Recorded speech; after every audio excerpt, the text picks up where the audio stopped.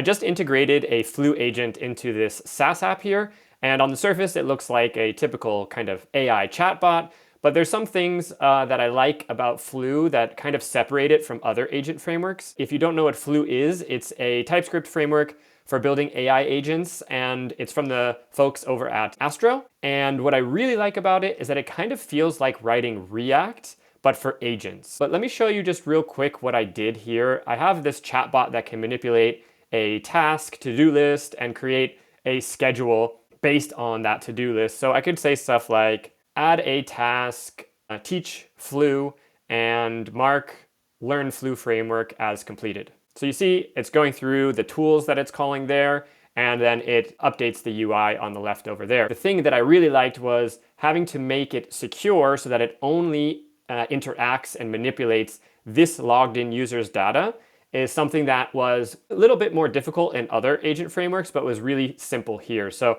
I could say something like delete completed tasks, and it replies with, to confirm, please reply with the exact phrase, delete my completed task. And if I just say, delete all tasks, something like that, you'll see that that doesn't match to delete completed task. Please reply exactly with delete my completed task. So I'll copy and paste it. So the nice thing is that the tools that it's using under the surface, we can gate some of them and only allow them under certain conditions. The ability to do this in Flue is just very intuitive, so let's get into it. All right, there are 3 reasons why I think Flue is a really cool and interesting approach to building agents.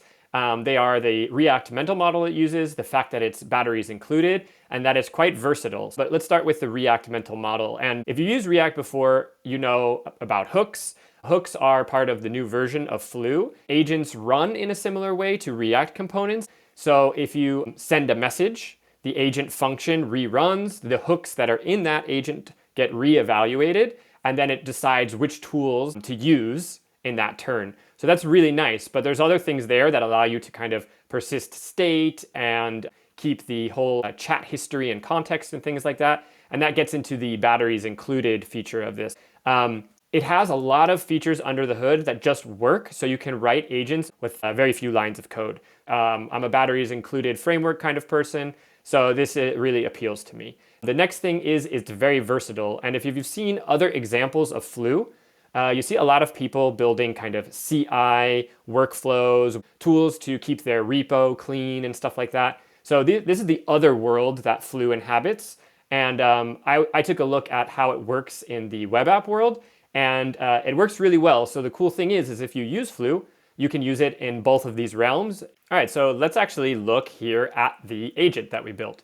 We use the use agent directive at the top of the file, but it's just a function. And you can see already here the use of these hooks here. So we're using the model, Sonnet 5 here via the useModel hook inside the agent.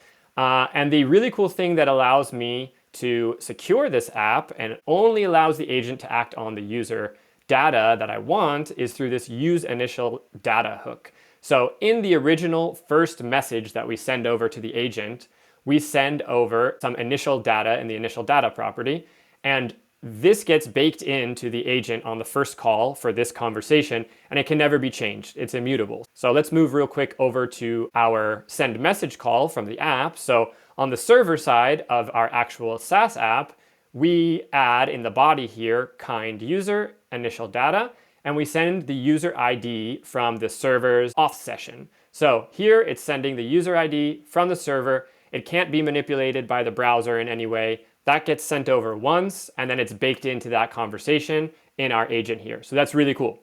So if there is no user ID, we return a prompt that this won't work. And then we see here, we've got useDelivery. So useDelivery allows us to look into what was delivered to the agent over HTTP. And we're looking at the body. We want to see the last user message. And we're doing that because we can actually change the state of this conversation. Unlike React, there's a hook called usePersistentState. So even when the agent re-renders on a new call, we still have a persistent state. And then here we have all the use tools, and we have list tasks, create tasks, update, and save schedule. And those all take the user ID that we got via the useInitialData hook. So another cool thing here is this, the ability to have conditional tools, right? So we looked at this usePersistentState here, And this is all this one is doing is a flag to turn deletion approved on or off. So we look here, and that was what the example I showed in the beginning. If we don't have that approval phrase, the delete all completed tasks, let's look exactly what it is. Yeah, delete my completed tasks. So if it's not exactly that phrase, then it won't allow the agent access to the delete all completed tasks tool. This was super easy to build, and this basically gives you an agent that's very limited to just a certain set of tools and even a conditional approach to using tools. So that's awesome. The other really nice thing is it's very easy to expose these agents over HTTP. So it gives you a create agent router helper function, and then it'll expose that agent over the route you define. So in this case, at agents/assistant, and then over on the client, we can actually create the Flue client using their client SDK. And then we have access to the stream of messages, the tool calls, and the different outputs available so that we can act on them, show them in the UI, or even refresh the UI automatically. So the other really cool thing is that every conversation gets a key, which is essentially the agent name plus the conversation ID here. And that unique key allows Flue to persist the full history and state of that conversation under it. And then you can hit that same URL and then have access to the same conversation tomorrow, a week later, whatever. And the agent just picks up right where it left off, and there's no need to do any session gluing or bolt on specific memory configurations or things like that.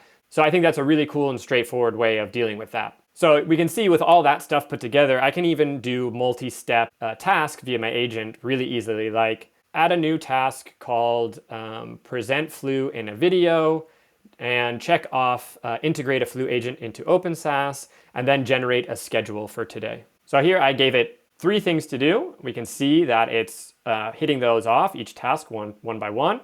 And then it's going to think a second, save schedule. And now we can look, and we've got our schedule here based on the tasks in our list: present Flue, teach Flue, and present my Flue learnings. Okay, so a little bit redundant there, but it made a schedule for me. Awesome. So this example that I built here is completely open source. It's built on top of Open SaaS, which is a full-featured open source SaaS template. And it's got payments with Lemon Squeezy, Stripe, Polar. It's got file upload with Amazon S3. It's got this demo app in there, documentation and blog, everything. So yeah, check it out if you're interested, and I hope you learned something.